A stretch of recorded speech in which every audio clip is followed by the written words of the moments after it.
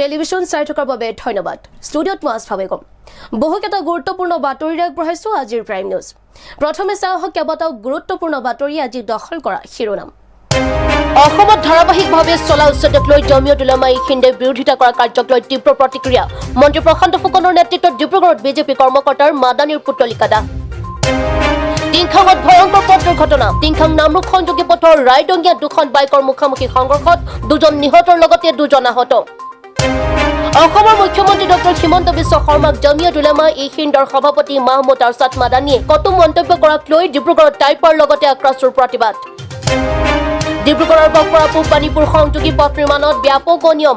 নিৰ্মাণৰ এসপ্তাহ নহওঁতে পথটোৰ দুৰৱস্থাক লৈ জ্বলাকলা খাইছে ৰাইজে। ডিব্ৰুগড়ৰ এগৰাকী আগশাৰীৰ সমাজপ্ৰাণ ব্যক্তি বিজয় হেমানীৰ জটিল ৰোগত আক্ৰান্ত হৈ পৰলোক প্ৰাপ্তি। এতিয়া বিতং বাতৰি। অসমত ধাৰাবাহিকভাৱে চলা উচ্ছেদক লৈ জমিয়ত উলেমা ই হিন্দে বিৰোধিতা কৰা কাৰ্যক লৈ তীব্ৰ প্ৰতিক্ৰিয়া ৰাজ্যিক বিজেপিৰ। মন্ত্ৰী প্ৰশান্ত ফুকনৰ নেতৃত্বত বিজেপিৰ কৰ্মকৰ্তাসকলে মাদানীৰ পুতলিকা দাহ কৰি মাদানীক ৰাষ্ট্ৰীয় নিৰাপত্তা আইনৰ অধীনত গ্ৰেপ্তাৰ কৰিবলৈ দাবী জনায়। অসমত ধাৰাবাহিকভাৱে চলা উচ্ছেদক লৈ জমিয়ত উলেমা ই হিন্দে বিৰোধিতা কৰা কাৰ্যক লৈ তীব্ৰ প্ৰতিক্ৰিয়া ৰাজ্যিক বিজেপিৰ। আজাদ মাদানীয়ে মুখ্যমন্ত্ৰী হিমন্ত বিশ্ব শৰ্মাক অপসাৰণ আৰু গ্ৰেপ্তাৰ কৰাৰ দাবীৰ বিৰুদ্ধে ডিব্ৰুগড়ত প্ৰতিবাদ।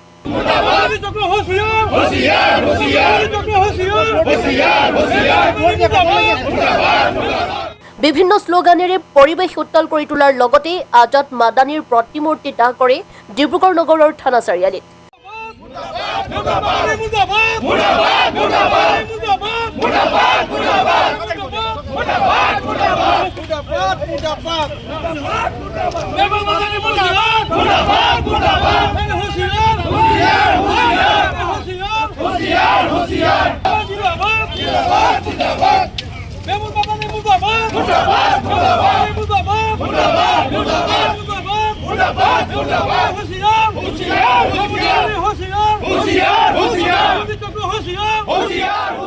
ডিব্ৰুগড়ত মন্ত্ৰী প্ৰশান্ত ফুকনৰ নেতৃত্বত বিজেপিৰ কৰ্মকৰ্তাসকলে মাদানীৰ পুতলিকা দাহ কৰি মাদানীক ৰাষ্ট্ৰীয় নিৰাপত্তা আইনৰ অধীনত গ্ৰেপ্তাৰ কৰিবলৈ দাবী জনায়। যোৱাকালি জমিয়তৰ মাদানীয়ে যিটো এটা স্পীচ দিছে যে অসমৰ মাননীয় মুখ্যমন্ত্ৰী হিমন্ত বিশ্ব শৰ্মা ডাঙৰীয়াক অপসাৰণ কৰিব লাগে আৰু তেওঁক গ্ৰেপ্তাৰ কৰিব লাগে, তাৰ প্ৰতিবাদত আমি আজি ডিব্ৰুগড়ৰ সমগ্ৰ ভাৰতীয় জনতা পাৰ্টীৰ সদস্যসকলে আমি প্ৰতিবাদ জনাই তেওঁক আমি মুৰ্দাবাদ ধ্বনি দি তেওঁক আজি প্ৰতিকৃতি দাহ কৰিছোঁ। কাৰণ এটাই যে হিমন্ত বিশ্ব শৰ্মা ডাঙৰীয়াই যি উচ্ছেদ অভিযান আৰম্ভ কৰিছে, এই উচ্ছেদ অভিযানত তেওঁ প্ৰতিবাদ কৰিছে আৰু তেওঁ আজি এখন ভাৰতবৰ্ষখন অসমখন এখন ইছলামিক কাণ্ট্ৰি কৰাৰ কাৰণে আজি তেওঁলোকে এই ব্যৱস্থা হাতত লৈছে। অসম কংগ্ৰেছৰ কেইবাজনো ব্যক্তিয়ে তেওঁৰ লগত লগ লাগি এই কথাবিলাক যিবিলাক কৰি আছে তাৰ প্ৰতিবাদত যি স্পীচ দিছে তাৰ প্ৰতিবাদত আজি আমি ভাৰতীয় জনতা পাৰ্টী ডিব্ৰুগড়ৰ সকলোখিনিয়ে আজি আমি ইয়াত প্ৰতিবাদ কৰিছোঁ আৰু তাৰ প্ৰতিকৃতি দাহ কৰিছোঁ। এই ধৰণৰ কাম নচলিব আৰু আমি চৰকাৰক দাবী জনাইছোঁ, কেন্দ্ৰীয় চৰকাৰক দাবী জনাইছোঁ অনতিপলমে তেওঁক এৰেষ্ট কৰিব লাগে। NSAত অনতিপলমে তেওঁক এৰেষ্ট কৰাৰ ব্যৱস্থা কৰিব লাগে। ভাৰতক অস্থিৰ কৰা তাৰ লগতে অসমক অস্থিৰ কৰা এটা আন্তঃৰাষ্ট্ৰীয় চক্ৰান্ত চলি আছে। এইটো বিগত কেইবা দশক ধৰি চলি আছে আৰু ইয়াৰ নেতৃত্ব দিছে কালি যিজন মাদানীয়ে আমাৰ মাননীয় মুখ্যমন্ত্ৰীৰ বিৰুদ্ধে যিটো ষ্টেটমেণ্ট দিছে, ভাৰতত এই নেতৃত্বটো লৈছে, ভাৰতক অস্থিৰ কৰা এই নেতৃত্বটো লৈছে মাদানীয়ে আৰু অসমক তেওঁক সহযোগ কৰিছে অসমৰ সাংসদসকলে, অসমৰ কংগ্ৰেছী সাংসদসকলে। অসমৰ কংগ্ৰেছী সাংসদসকলে তেখেতক সকলো তথ্য যোগান ধৰে, অসমৰ তথ্য যোগান ধৰে আৰু অসমত অনুপ্ৰৱেশকাৰীসকলক আনি ইয়াত সংস্থাপন কৰাৰ ক্ষেত্ৰত এই মাদানী আৰু কংগ্ৰেছৰ সাংসদসকলে উঠি পৰি লাগিছে আৰু এই চক্ৰান্তটো আমি আজি ডিব্ৰুগড়ৰ পৰা আমি সকীয়াই দিছোঁ এই কংগ্ৰেছী সাংসদসকলক আৰু মাদানী। ডিব্ৰুগড়ৰ পৰা সঞ্জীৱ বিশ্বাসৰ সহযোগত ইমৰান আলীৰ ৰিপৰ্ট AN টেলিভিছন।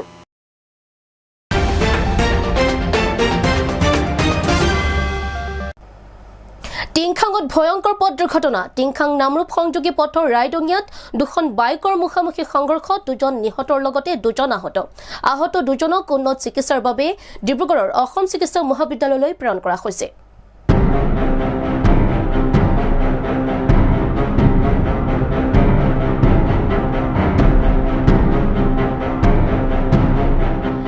টিংখাঙত ভয়ংকৰ পথ দুৰ্ঘটনাত 2জন নিহত টিংখাং নামৰূপ সংযোগী পথৰ ৰাইডঙিয়াত 2খন বাইকৰ মুখামুখি সংঘৰ্ষত 2জন নিহত আৰু 2জন আহত AS 06M2441 নম্বৰৰ আৰু AS 06AM5823 নম্বৰৰ মটৰচাইকেলৰ মাজত হোৱা ভয়ংকৰ সংঘৰ্ষৰ ফলত বৰকুৰুকানী গাঁৱৰ ক্ষীৰোদ বৰা আৰু দিল্লীবাৰী ঘাহি গাঁৱৰ প্ৰশান্ত গগৈ লগতে প্ৰমোদ গগৈৰ সৈতে অন্য এজন লোক গুৰুতৰভাৱে আঘাতপ্ৰাপ্ত হয় আহত 2জনক স্থানীয় ৰাজগড় সামূহিক স্বাস্থ্য কেন্দ্ৰত প্ৰাথমিক চিকিৎসাৰ অন্তত উন্নত চিকিৎসাৰ বাবে ডিব্ৰুগড়ৰ অসম চিকিৎসা মহাবিদ্যালয়লৈ প্ৰেৰণ কৰা হৈছে টিংখাঙৰ ৰাইডঙিয়া গাঁৱত যি শোকাবহ পথ দুৰ্ঘটনা হৈছে অতিশয় মৰ্মাহত হৈছোঁ কৰ্মস্থলীলৈ ওলাই যোৱা তিনিজন ব্যক্তি আৰু আনফালৰ বেতনী গাঁৱৰ ফালৰ পৰা আহি থকা এজন ব্যক্তিৰ 2খন বাইকৰ মুখামুখি সংঘৰ্ষত ইতিমধ্যে আমি জানিব পাৰিছোঁ 2জন ব্যক্তিৰ মৃত্যু হৈছে আমি জানিব পৰা মতে প্ৰমোদ গগৈ আৰু ক্ষীৰোদ বৰা এই 2জন ব্যক্তিৰ মৃত বুলি ইতিমধ্যে চিকিৎসালয়লৈ প্ৰেৰণ কৰাৰ পিছত চিকিৎসকে ঘোষণা কৰিছে আৰু বাকী 2জন ডিব্ৰুগড়স্থিত চিকিৎসালয়ত ভৰ্তি হৈ আছে এই আচলতে শোকাবহ পথ দুৰ্ঘটনাটোৱে আমাৰ টিংখাং অঞ্চলৰ লগতে গোটেই ৰাইজৰ বাবে এক মানে খুব গভীৰ বেদনাদায়ক খবৰ যিটো আমি কেতিয়াও কামনা কৰা নাছিলোঁ আমি টিংখাং আঞ্চলিক ছাত্ৰ সন্থাই অনাগত দিনত এনেকুৱা ধৰণৰ যাতে শোকাবহ পথ দুৰ্ঘটনা বা অন্যান্য যিকোনোৱে নহওক দুৰ্ঘটনা যাতে নহয় আমি তাৰে কামনা কৰোঁ আৰু যিসকল বাইক আৰোহীয়ে বা গাড়ী চালকেই হওক তেওঁলোকে যাতে অতি সাৱধানতাৰে অনাগত দিনসমূহত এই টিংখাং অঞ্চলৰ লগতে সমগ্ৰ ঠাইতে যাতে খুব সাৱধানে তেওঁলোকে গাড়ী চলায় তাৰ প্ৰতি আমি টিংখাং আঞ্চলিক ছাত্ৰ সন্থাই আহ্বান জনাইছোঁ আৰু যি 2জন ইতিমধ্যে মৃতক হৈছে আমি টিংখাং আঞ্চলিক ছাত্ৰ সন্থাই বিশেষভাৱে আমি দুখিত হৈছোঁ টিংখাং আঞ্চলিক ছাত্ৰ সন্থাৰ সতীৰ্থ ৰক্তিম গগৈ তথা তেওঁ টিংখাং মহাবিদ্যালয়ৰ ছাত্ৰ তেওঁৰ পিতৃ প্ৰমোদ গগৈ ইতিমধ্যে দুৰ্ঘটনাত পতিত হৈ মৃত্যু হৈছে আমি তেখেতৰ পৰিয়ালবৰ্গৰ লগতে আমি শোক সন্তপ্ত যিটো তেওঁ মৃতকৰ আত্মাৰ সদ্গতি কাম ব্যুৰ' ৰিপৰ্ট AN টেলিভিছন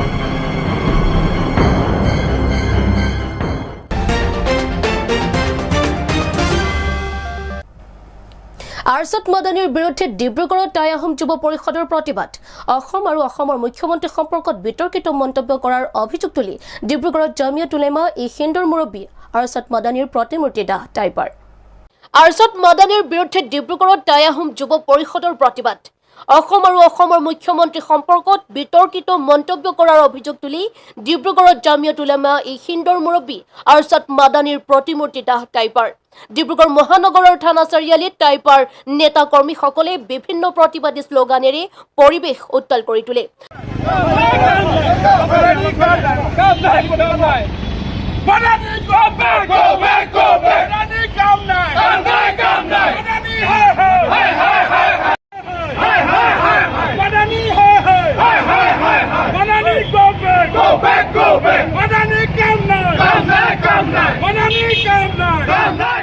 আৰছত মাদানীয়ে মুখ্যমন্ত্ৰী হিমন্ত বিশ্ব শৰ্মাক অপমানৰ কাৰ্য কোনো কাৰণতে মানি নোলোৱাৰ শংকাৰ আমি প্ৰতিবাদী কাৰ্যসূচী একাৰণে ল'বলগীয়া হৈছে যে মাদানী নামৰ যি ব্যক্তিজনে যেনেকৈ ধৰণৰ মন্তব্য যে কৰিছে যে ভাৰতবৰ্ষৰ বদনাম কৰাৰ লগতে অসমকো বদনাম কৰিছে আৰু অসমৰ লগতে অসমৰ মুখ্যমন্ত্ৰীজনক যি ধৰণে তেখেতে বদনাম কৰিব বিচাৰিছে এই বদনামৰ পৰা আমি কেতিয়াও তেনেকুৱা বদনাম দিলে কেতিয়াও আমি সহ্য নকৰোঁ গতিকেলৈ এইটো কাৰণেই সহ্য নকৰোঁ আমি মাননীয় মুখ্যমন্ত্ৰীক যি ধৰণে যেতিয়া ভাল কাম কৰি গৈছে তেতিয়া আমি সমৰ্থন জনাই আহিছোঁ অসমৰ ৰাইজে সমৰ্থন জনাইছে ভাৰতবৰ্ষৰ ৰাইজেও সমৰ্থন জনাই তেখেতক আৰু গতিকেলৈ এতিয়াও তেখেতক ভাল কাম কৰিছে কাৰণে আমি তেখেতক সমৰ্থন জনাইছোঁ আৰু আমি ভাবোঁ যে যিসকল MP আমাৰ ইয়াৰ পৰা আছে অসমৰ পৰা আছে এইসকল MPয়ে গৈ তেখেতলোকে সংসদতো এই কথাখিনি যাতে স্পষ্টভাৱে তেখেতলোকে মাত মাতিব পাৰে ভাৰতবৰ্ষৰ যিবিলাক স্থলত এই ব্যক্তিসকল বহি আছে এই ব্যক্তিসকলে যি ধৰণে মন্তব্য দিছে তেখেতলোকে অনলাইন যোগেদি তেখেতলোকে এটা সংগঠনৰ এটা বিভ্ৰান্তি সৃষ্টি কৰি অসমক বদনাম কৰা যি প্ৰচেষ্টা চলিছে এই প্ৰচেষ্টাৰ পৰা কিন্তু বিৰত থাকিবলৈ আমি তেখেতলোকক কৈছোঁ মাদানী নিচিনা মানুহ এজনে অসমৰ মুখ্যমন্ত্ৰী ডাঙৰীয়াক একো কৰিব নোৱাৰে আৰু অসমৰ মুখ্যমন্ত্ৰীৰ লগত অসমৰ জনসাধাৰণ আছে আমি এতিয়া কৈছোঁ আগতেও কৈছোঁ যে অসমখন কোনো এখন চৰণীয়া পথাৰ নহয় অসমত হিন্দুৱে হওক মুছলিমে হওক যোনেই নহওক অসমত বিদেশী সদায় বিদেশী ইয়াত অসমত থাকিব নোৱাৰিব। আমি অসম চৰকাৰক কিন্তু আমি ধন্যবাদ জনাইছোঁ, যিহেতু তেখেতলোকে যি উচ্ছেদ চলাইছে তাৰ আন্তৰণভাৱে আমি অসম চৰকাৰৰ মুখ্যমন্ত্ৰী ডাঙৰীয়া আমি এটা কথা ক'ব বিচাৰিছোঁ যে, আৰু এটা কথা স্পষ্টভাৱে আমি জানিব বিচাৰিছোঁ যে আপোনালোকে উচ্ছেদ কৰিছে ঠিক আছে, উচ্ছেদ কৰা ব্যক্তিসকল গৈছে ক'লে, তেখেতলোক গৈছে ক'লে, আমি কৈছোঁ অনতিপলমে অসম চৰকাৰেও এটা স্পষ্ট বাৰ্তা দিব লাগে, যিসকল বিদেশী তেখেতলোকে বিদেশী বুলি তেখেতলোকে উচ্ছেদ চলাইছে, তেখেতলোকক বাংলাদেশলৈ পঠিয়াইছে নে ডিটেকশ্যন কেম্পত তেখেতলোকে ৰাখিছে, এই কথাটো যাতে স্পষ্ট কৰি দিব লাগে, সেইটো কথা কিন্তু আমি স্পষ্টভাৱে অসম চৰকাৰক আমি অসমৰ ৰাইজক জনাবৰ কাৰণে আমি আহ্বান জনাইছোঁ। ডিব্ৰুগড়ৰ পৰা ইমৰান আলীৰ ৰিপৰ্ট AN টেলিভিছন।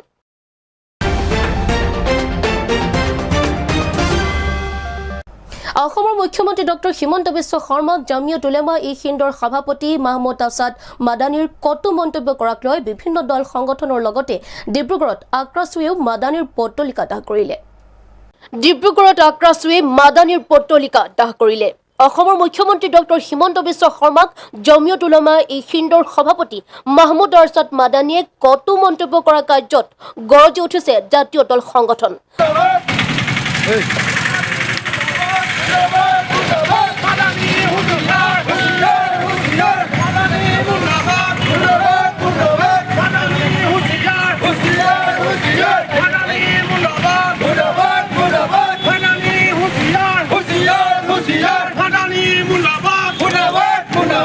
মাদানীয়ে মুখ্যমন্ত্ৰীৰ বিৰুদ্ধে কটু মন্তব্য দিয়াৰ বিৰুদ্ধে প্ৰতিবাদ সাব্যস্ত কৰি ডিব্ৰুগড় জিলা আক্ৰাছুৱে ডিব্ৰুগড় চহৰৰ চকীডিঙি চাৰিআলিত আজি মাদানীৰ পট্টলিকা দাহ কৰে আৰু মাদানী গ্ৰেপ্তাৰ কৰিবলৈ চৰকাৰক দাবী জনায়। প্ৰতিমূৰ্তি দাহ কৰিছোঁ কাৰণ আমাৰ অসমৰ মাননীয় মুখ্যমন্ত্ৰীৰ ওপৰত মৌলানা মাদানীয়ে যি কটু মন্তব্য অপমানমূলক কৰিছে, এৰেষ্ট কৰাৰ কথা কৈছে, আমি তেখেতক এই কথাৰ পৰা আমি ধিক্কাৰ দিছোঁ, গৰিহণা দিছোঁ আৰু আমাক তেখেত তেনে ব্যক্তি যেন আমাৰ অসমত প্ৰৱেশ কৰিব নোৱাৰে, তাৰ কাৰণে আমি অসম চৰকাৰে যেন ব্যৱস্থা গ্ৰহণ কৰে, তাৰ কাৰণে আমি চৰকাৰকো অনুৰোধ জনাইছোঁ। হয়, মুখ্যমন্ত্ৰীৰ ওপৰত আমাৰ ক্ষোভ আছে, আমাৰ জনজাতিকৰণৰ ক্ষেত্ৰত হওক বিভিন্ন সমস্যাৰ কথা, সেয়া হৈছে আমাৰ অসমৰ থলগিৰি ৰাইজৰ আমাৰ নিজৰ মুখ্যমন্ত্ৰীৰ ওপৰত আমাৰ এক অভিমান, কিন্তু সেই বুলি অসমৰ বাহিৰৰ পৰা আহি বাংলাদেশী ৰক্ষণাবেক্ষণ দিয়াৰ ৰক্ষণাবেক্ষণ যি এক মানে কটু মন্তব্য আমাৰ মাননীয় মুখ্যমন্ত্ৰীৰ ওপৰত কৰিছে, তাক কিন্তু আমি গৰিহণা দিছোঁ আৰু অনাগত দিনত যেন মাদানীয়ে যেনে কটু মন্তব্য নিদিয়ে, মাননীয় মুখ্যমন্ত্ৰীক যেন অপমান নকৰে আমি সকিয়নি দিছোঁ আৰু অসমত যেন মাদানী আহি প্ৰৱেশ কৰিব নোৱাৰে তাৰ কাৰণে কিন্তু আমি দৃষ্টিগোচৰ কৰিম আৰু অনাগত দিনত যদি অসমত যদি প্ৰৱেশ কৰে কিন্তু অসমত আমি তেখেতক কিন্তু শান্তিত থাকিবলৈ নিদিম, কিয়নো মাননীয় মুখ্যমন্ত্ৰীয়ে অসমৰ কাৰণে যি কাম কৰিছে, অসমৰ থলগিৰি ভূমিপুত্ৰৰ কাৰণে যি কাম কৰিছে, অসমৰ ভূমি ৰক্ষাৰ কাৰণে যি কাম কৰিছে, তেখেতলোকে যি বৈদখল কৰিছে অবৈধ বাংলাদেশে, তেখেতলোকৰ বিৰুদ্ধে চৰকাৰে যি পদক্ষেপ লৈছে, এই পদক্ষেপ লওঁতে যদি মাদানীয়ে সমৰ্থন কৰিছে, মুখ্যমন্ত্ৰী বিৰোধিতাচৰণ কৰিছে, গতিকে এইটো ক্ষেত্ৰত এক স্পষ্ট কথা, মাদানীয়ে বাংলাদেশীক ৰক্ষণাবেক্ষণ দি আমাৰ অসমখন যাতে শেষ হৈ যায় তাৰ কাৰণে পৰিকল্পনা কৰিছে।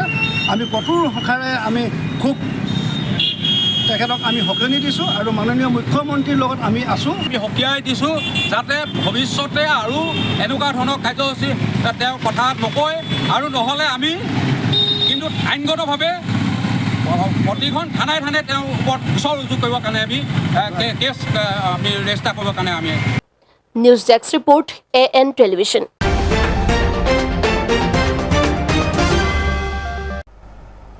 এইখিনিতে সময় চমু বাণিজ্যিক বিৰতিৰ পাছত কেইবাটাও গুৰুত্বপূৰ্ণ বাতৰিলৈ পুনৰ ভটিম, চাই থাকক AN টেলিভিছন।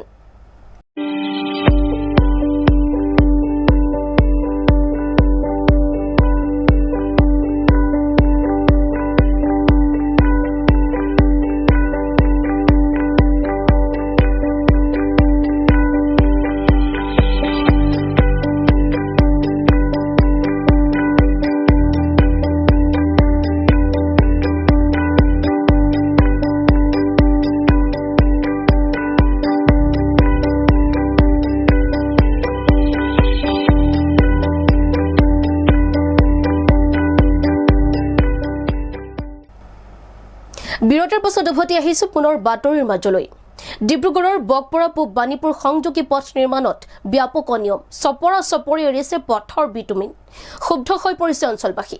নিৰ্মাণৰ এসপ্তাহ নহওঁতে বখলে এৰিছে পকী পথৰ শিল আলকাটাৰ মিশ্ৰণ।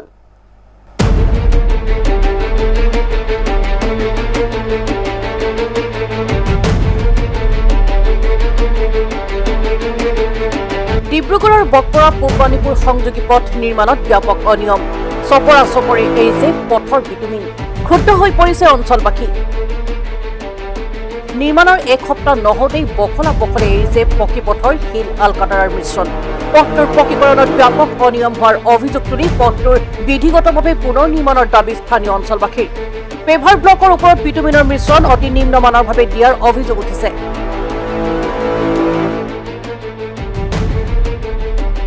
অভিজিৎ পাটোৱাৰী নামৰ ঠিকাদাৰজনে উক্ত কামৰ নিবিদা লাভ কৰি আনক উপ ঠিকাদাৰক ৰূপে নিয়োজিত কৰিছে সেই মৰ্মে উপ ঠিকাদাৰজনে পথ চোৱাৰ কাম অতি বেপেৰুৱাভাৱে নিজ খেয়াল খুচিমতে আৰম্ভ কৰে যদিও গড়কাপ্তানী বিভাগৰ প্ৰাককলন অনুসৰি পকীকৰণৰ কাম নকৰি লোকচক্ষুৰ আঁৰত নিশাৰ আন্ধাৰত অতি নিম্নমানৰ সামগ্ৰীৰে পকীকৰণৰ কাম চলোৱাৰ অভিযোগ উত্থাপন হৈছে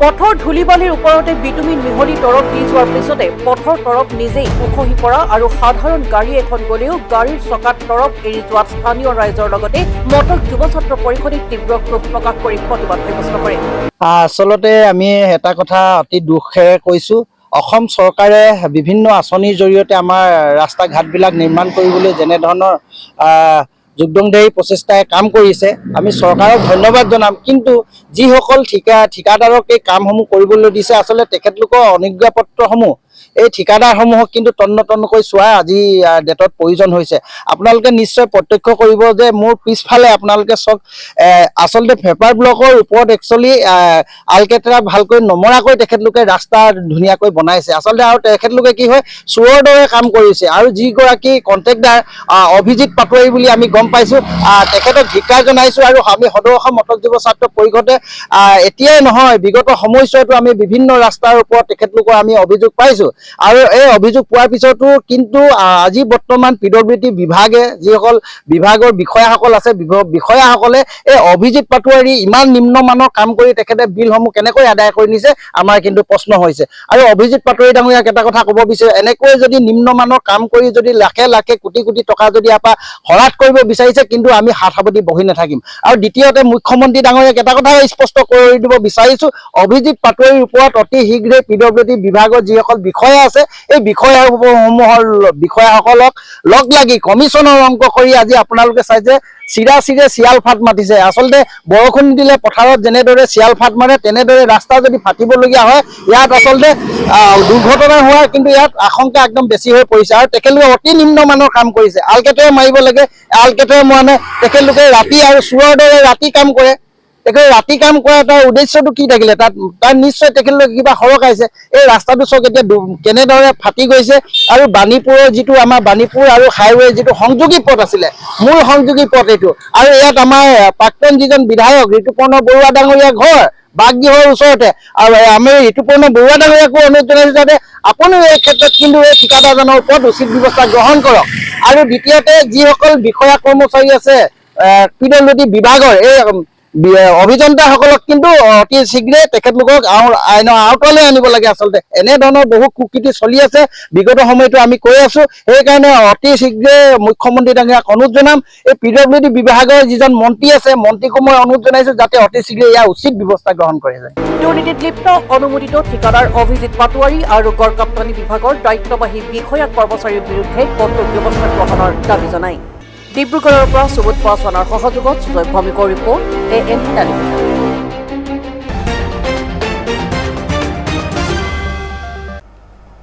জমিয়ত উলামাক বুঢ়া আঙুলি দেখুৱালে মুখ্যমন্ত্ৰী হিমন্ত বিশ্ব শৰ্মাই এই বুঢ়া আঙুলিটোত অসমীয়াৰ তেজ আৰু সাহস আছে এই বুলি মাদানীক লৈ মন্তব্য মুখ্যমন্ত্ৰী হিমন্ত বিশ্ব শৰ্মাৰ জমিয়ত উলামা হিন্দক আনুষ্ঠানিকভাৱে মই এতিয়াই বুঢ়া আঙুলি এটা দেখুৱাই দিছোঁ এই বুঢ়া আঙুলিটোত অসমীয়াৰ তেজ আছে বীৰ্য আছে সাহস আছে এই মাদানীয়ে এসময়ত মই শিক্ষামন্ত্ৰী থাকোঁতে টেট শিক্ষকসকলৰ নিযুক্তি হ'ব দিয়া নাছিল তৰুণ গগৈ ডাঙৰীয়াৰ লগত লগ লাগি আমাৰ অফিচাৰক ৰুমত মাতি নি কন্দুৱাইছিল আজিও অফিচাৰগৰাকী অসমতে আছে আজি আকৌ তেওঁলোকে কৈছে যে অসমৰ মুখ্যমন্ত্ৰীয়ে ৰিজাইন দিব লাগে বৰখাস্ত হ'ব লাগে তাৰ সিদ্ধান্ত অসমৰ মানুহে কৰিব মাদানীয়ে কৰিব নোৱাৰে মই পালেতো মাদানীকো বাংলাদেশত পঠাই দিম। এই যোৱা উচ্ছেদ অভিযানৰ পিছত আধাৰ কাৰ্ড বন্ধ কৰাৰ খবৰ পাই এই চক্ৰান্তবিলাক আজি গা কৰি উঠিছে। অসমক তেওঁলোকে গ্ৰাস কৰিব খুজিছিল আৰু কংগ্ৰেছে এৰি দিছিলে, কিন্তু আজি সৰুকৈ হ'লেও অসমৰ ৰাইজে মথাউৰি এটা বনাইছে।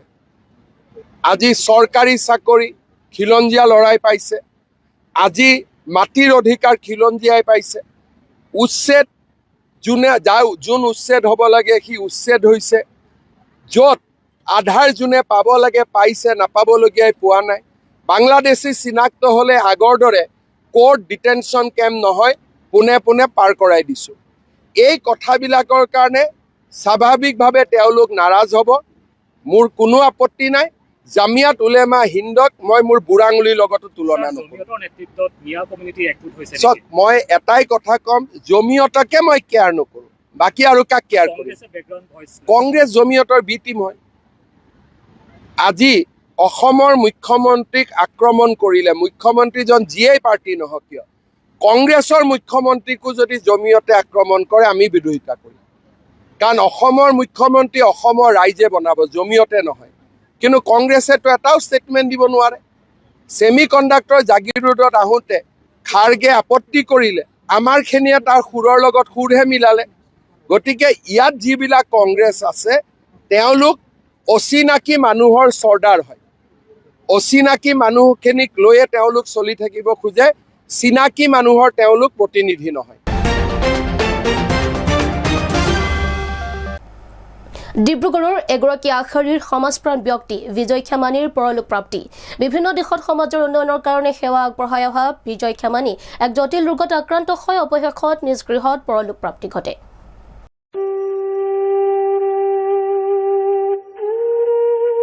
ডিব্ৰুগড়ৰ এগৰাকী আগশাৰী সমাজপ্ৰাণ ব্যক্তি বিজয় খেমানিৰ পৰলোক প্ৰাপ্তি। এক জটিল ৰোগত আক্ৰান্ত হৈ অৱশেষত নিজ গৃহতে পৰলোক প্ৰাপ্তি হয় সমাজপ্ৰাণ ব্যক্তিগৰাকীৰ। মৃত্যুৰ পূৰ্বে তেওঁ মাৰোৱাৰী সন্মিলন, খনিকৰ শ্ৰী শ্ৰী জগন্নাথ মন্দিৰ ট্ৰাষ্টৰ সম্পাদক, শ্বহীদ পাৰ্ক নিৰ্মাণৰ লগতে ডিব্ৰুগড়ৰ বিভিন্ন দিশত সমাজৰ উন্নয়নৰ কাৰণে সেৱা আগবঢ়াই আহিছিল।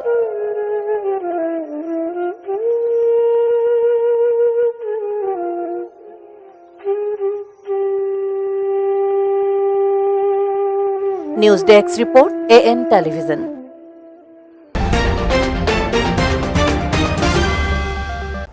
ডিব্ৰুগড়ৰ জিলা পৰিবহণ বিভাগৰ কাৰ্যালয় চৌহদত উত্তপ্ত পৰিস্থিতি। বিভিন্ন প্ৰতিবাদী শ্লোগানেৰে কঁপি উঠিল পৰিবহণ বিভাগৰ চৌহদ। বহুকেইটা গুৰুত্বপূৰ্ণ অভিযোগ তুলি আগন্তুক সময়ত সমস্যাসমূহৰ সমাধান নহ'লে উচ্চ ন্যায়ালয়ৰ কাষ চাপিব বুলি হুংকাৰ জনালে ডিব্ৰুগড়ৰ EV বাহন চালকসকলে। ডিব্ৰুগড় দ্বিতীয় মুৰ্দাবাদ, মুৰ্দাবাদ, মুৰ্দাবাদ। EV ডিলাৰ মুৰ্দাবাদ, মুৰ্দাবাদ, মুৰ্দাবাদ। EV ডিলাৰ মুৰ্দাবাদ, মুৰ্দাবাদ, মুৰ্দাবাদ। ডিব্ৰুগড় দ্বিতীয় মুৰ্দাবাদ, মুৰ্দাবাদ, মুৰ্দাবাদ। ডিব্ৰুগড়ৰ জিলা পৰিবহণ বিভাগৰ কাৰ্যালয়ৰ চৌহদত উত্তপ্ত পৰিস্থিতি। বিভিন্ন প্ৰতিবাদী শ্লোগানেৰে কঁপি উঠিল পৰিবহণ বিভাগৰ চৌহদ।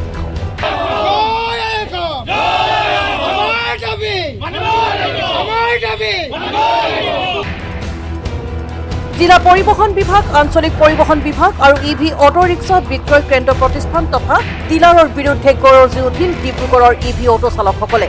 প্ৰতিবাদী শ্লোগানেৰে জিলা পৰিবহণ বিষয়াৰ কাৰ্যালয় চৌহদ উত্তাল কৰিলে EV ৰিক্সা চালকসকলে।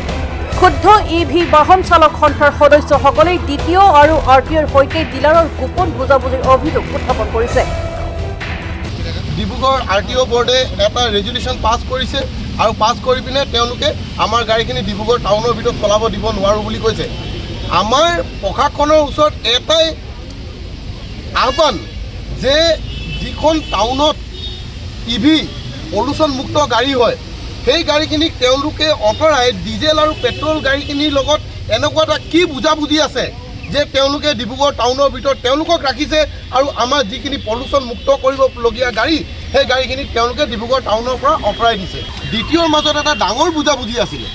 ডাঙৰ বুজাবুজি কেনেকুৱা ধৰণত আছিলে মই আপোনালোকক অৱগত কৰিব বিচাৰিছোঁ যে আমি যিখন গাড়ী কিনিছিলোঁ সেই গাড়ীখনত আমাৰ এচেছৰিজৰ নামত আৰু ৰেজিষ্ট্ৰেশ্যনৰ নামত দুটা বস্তু ইনক্লুড কৰি তেওঁলোকে 40,000 টকা আমাৰ পৰা লৈছিল ডিলাৰে।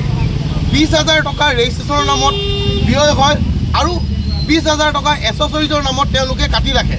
কিন্তু আমি যেতিয়া তেওঁলোকক সোধাত তেওঁলোকে আমাক জানিবলৈ দিয়ে, আমাক ক'ব বিচাৰিছিলে যে তেওঁলোকে গাড়ীখনৰ সুদৰ নামত 20,000 টকা কাটিছে। যেতিয়া আমি প্ৰেছাৰাইজ কৰিলোঁ তেওঁলোকে আমাক জানিবলৈ দিলে যে এইটো 20,000 টকা PPLৰ নামত দ্বিতীয় ছাৰে লৈছে। তো যদি দ্বিতীয় ছাৰে এখন PPLৰ নামত 20,000 টকা লৈছে তেতিয়াহ'লে আমাৰ ইয়াত বৰ্তমানে 500খন গাড়ী ওলাই গ'ল। PPL যিখন পাৰ্চেছ পাৰ্মিশ্যন লেটাৰ, এই PPLখনৰ নামত তেওঁলোকে 20,000 টকাকৈ এজন কাষ্টমাৰৰ পৰা লৈছে। তো গতিকে সেইটো হিচাপত আপোনালোকে যদি হিচাপ কৰিবলৈ যায়, যদি অনুমানিক যদি 500খন গাড়ী যদি তেওঁলোকে আমাৰ ৰাইজে ক্ৰয় কৰিলে তেতিয়াহ'লে 1 কোটি টকাৰ এটা স্কেম, ডাঙৰ এটা স্কেম হৈ গৈছে। বিগত যিজন দ্বিতীয় আমাৰ ডিব্ৰুগড়ত আছিলে হীৰকজ্যোতি ডেকা, তেওঁৰ দিনত এইটো এটা ডাঙৰ ষড়যন্ত্ৰ সংঘটিত হৈছিল, স্কেম হৈ গৈছে। প্ৰাক্তন দ্বিতীয়ৰ কাৰ্যকালতেই দুৰ্নীতি আৰম্ভ হোৱাৰ কথা অভিযোগ উত্থাপন কৰি EV বাহন সন্থাই জনালে যে বৰ্তমান সময়ত ডিব্ৰুগড় নগৰত মাথো 3টা ৰুটত EV অটো চলোৱাৰ নিৰ্দেশ জাৰি কৰিছে বৰ্তমানৰ দ্বিতীয়ই। হৈছে যে যোৱাকালি যিখন লেটাৰ তেওঁলোকে RTO বোৰ্ডে পাছ কৰিছিলে, সেই পাছ কৰাৰ RTO বোৰ্ডৰ অৰ্ডাৰটো আজি দ্বিতীয় ছাৰে যোৱাকালি ৰাতি উলিয়াই পেলাই ইনফৰ্চমেণ্ট ইনস্পেক্টৰৰ হাতত দিয়াৰ লগে লগে আজি আমাৰ গাড়ী ধৰা ষ্টাৰ্ট কৰিছে। আৰু তেওঁলোকে স্পষ্ট ভাষাৰে কৈ দিছে যে আমাৰ ডিব্ৰুগড়ত কোনো ধৰণৰ EV গাড়ী চলিব নোৱাৰিব। কিয় ছাৰৰ বা RTO বৰ্ডৰ সিদ্ধান্ত মৰ্মে 5টা ৰুট তেওঁলোকে আমাৰ কাৰণে বাছি উলিয়াইছে। ইয়াৰ বাহিৰেও বহুকেইটা গুৰুতৰ অভিযোগ তুলি আগন্তুক সময়ত সমস্যাসমূহৰ সমাধান নহ'লে উচ্চ ন্যায়ালয়ৰ কাষ চাপিব বুলি হুংকাৰ জনালে ডিব্ৰুগড়ৰ EV বাহন চালকসকলে। আমি আপোনালোকক ইয়াৰ পৰাই মই ক্লিয়াৰ কৰি দিব বিচাৰিছোঁ যে আমি যদি আমাৰ ইয়াত কোনো ধৰণৰ যদি সহায় সহযোগিতা বা আমাৰ সম্পূৰ্ণৰূপে যদি আমি সুবিচাৰ নাপাওঁ তেতিয়াহ'লে আমি উচ্চ ন্যায়ালয়ৰ ওচৰত কাষ চাপিম। অনাগত দিনত আমি হাইকোৰ্ট কৰিবলৈ প্ৰস্তুতি হৈছোঁ। তো গতিকে আমি ডিব্ৰুগড় দ্বিতীয় RTO বোৰ্ড আৰু ডিলাৰৰ ওপৰত আমি সম্পূৰ্ণৰূপে জগৰীয়া কৰি আমি আমাৰ কেছ ৰুজু কৰিম। ডিব্ৰুগড়ৰ পৰা ইমৰান আলীৰ ৰিপৰ্ট, AN টেলিভিজন।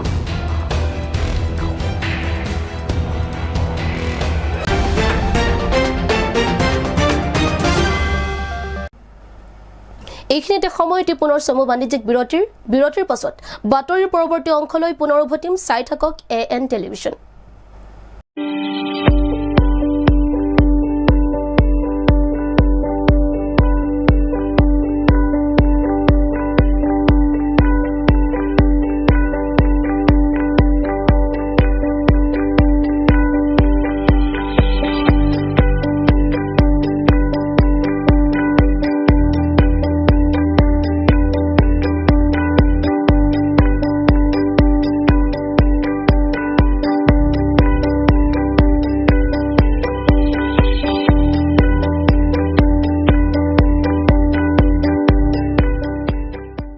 বিৰতিৰ পাছত উভতি আহিছো বাতৰিৰ পৰৱৰ্তী অংশলৈ।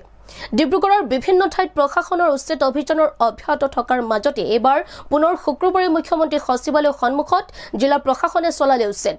চৰকাৰী ভূমিত অবৈধভাৱে গৃহ নিৰ্মাণ কৰা লোকৰ বিৰুদ্ধে উচ্ছেদ চলালে জিলা প্ৰশাসনে।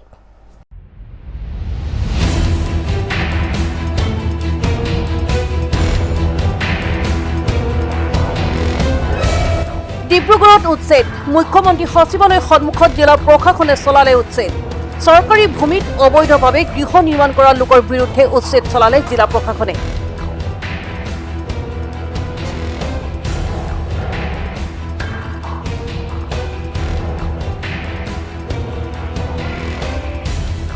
মুখ্যমন্ত্ৰী সচিবালয়ৰ সন্মুখত ডিব্ৰুগড়ত চৰকাৰী ভূমি দখল কৰি বহু পূৰ্বৰে পৰা বসবাস কৰা লোকৰ বিৰুদ্ধে এইবাৰ কঠোৰ হ'ল ডিব্ৰুগড় জিলা প্ৰশাসন। ডিব্ৰুগড় জিলা প্ৰশাসনে শুক্ৰবাৰে বিয়লি এনে লোকৰ বিৰুদ্ধে আৰম্ভ কৰিলে উচ্ছেদ। বুলডোজাৰৰ লগত এফালৰ পৰা ভাঙিলে অবৈধভাৱে নিৰ্মাণ কৰা বহু বাসগৃহ।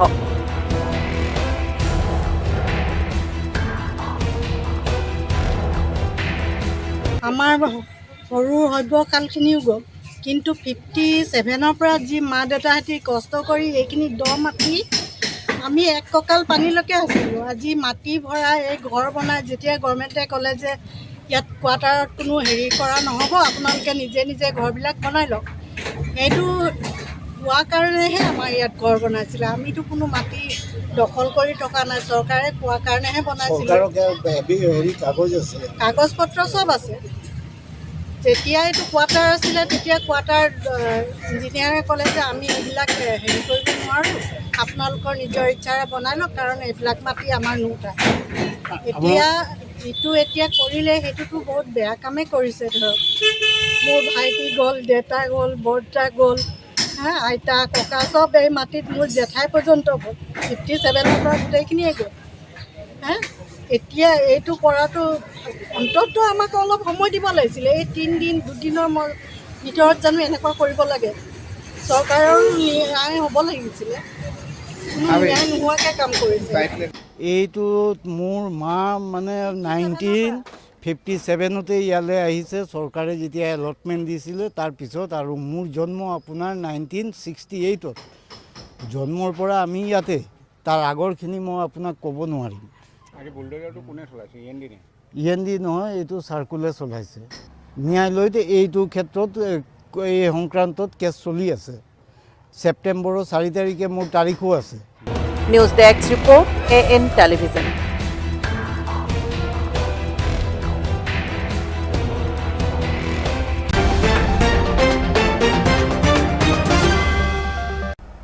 আজিৰ শেষৰটো বাতৰি। যোৰহাটত বিধ্বংসী অগ্নিকাণ্ডৰ সূত্ৰপাত। যোৰহাটৰ ৰয়েল ৰোডত সংঘটিত হৈছে এই ভয়ংকৰ ঘটনা। 3টাকৈ গেছ চিলিণ্ডাৰ বিস্ফোৰিত হোৱাৰ ফলতেই জুয়ে চানি ধৰে এটা অঞ্চল। জুইত জ্বলি চাৰখাৰ লক্ষাধিক টকাৰ সম্পত্তি।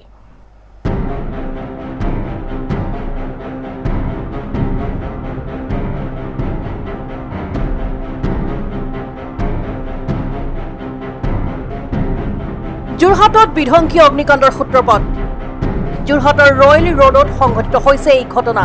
3টাকৈ গেছ চিলিণ্ডাৰ বিস্ফোৰিত হোৱাৰ ফলতেই জুয়ে চানি ধৰিছে এটি অঞ্চল।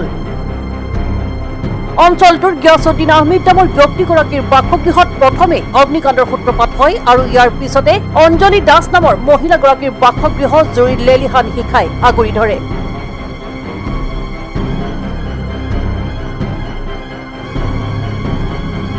জুইত জ্বলি চাৰখাৰ হৈছে লক্ষাধিক টকাৰ সম্পত্তি। কেইবাখনো অগ্নি নিৰ্বাপক বাহিনীৰ গাড়ীয়ে জুই নুমুৱাৰ চেষ্টা অব্যাহত আছে। এই পৰ্যন্ত এক আতংকময় পৰিস্থিতিৰ সৃষ্টি হৈছে উক্ত অঞ্চলত।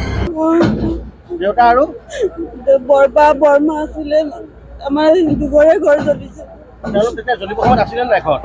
দেউতা আছিলে, মানে পটককে ওলাই গ'ল নেকি, নে আজি সোমাই আছে, মই গম পোৱা নাই। নাই পোৱা। বস্তু বাহিনী চব জ্বলি গ'ল? চব জ্বলি গ'ল। আপুনি ওচৰত থাকে নেকি? মই ভাড়া লৈ থাকো। জুই লগা সময়ত দেউতাহঁত নাছিলে নে আছিলে? দেউতা আছিলে, ৰাস্তাৰ ওপৰতে আছিলেগে। অলপ জ্বলি শেষ হৈ গ'ল।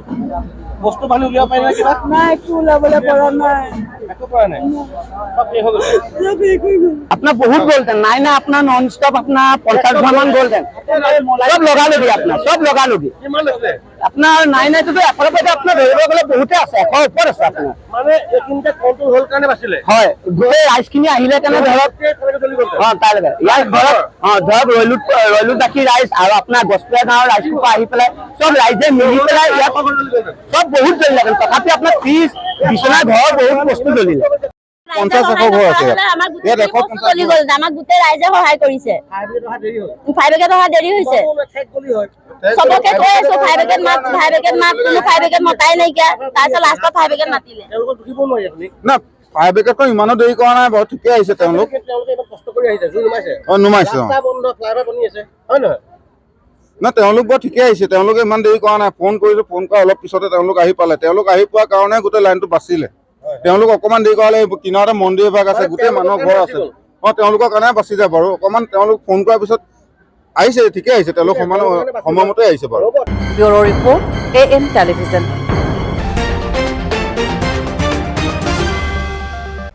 আজিৰ প্ৰেম নিউজ ইমানেই আছিল। অধিক বাতৰিৰ বাবে চাই থাকক AN টেলিভিজন। নমস্কাৰ।